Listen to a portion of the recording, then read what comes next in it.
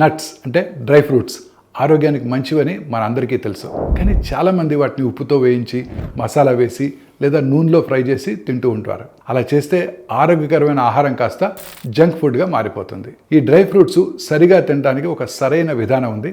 దాని గురించి వాళ్ళ మనం తెలుసుకుందాం.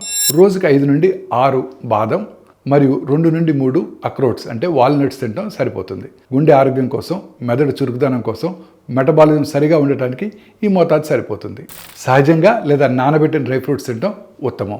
వీటిలో ఉన్న సహజ నూనెలు, anti oxidants, omega 3 fatty acids మన రక్తనాళాలను రక్షించి నరాలకు శక్తినిస్తాయి. కానీ ఎక్కువగా వేయించడం లేదా ఉప్పు వేయడం వల్ల అందులోని పోషకాలు తగ్గిపోతాయి. సోడియం మరియు అనారోగ్యకరమైన కొవ్వులు పెరిగిపోతాయి. ఇక డ్రై ఫ్రూట్స్ ఎక్కువ తినడం కూడా మంచిది కాదు. సరైన మోతాదులో తింటమే ముఖ్యం.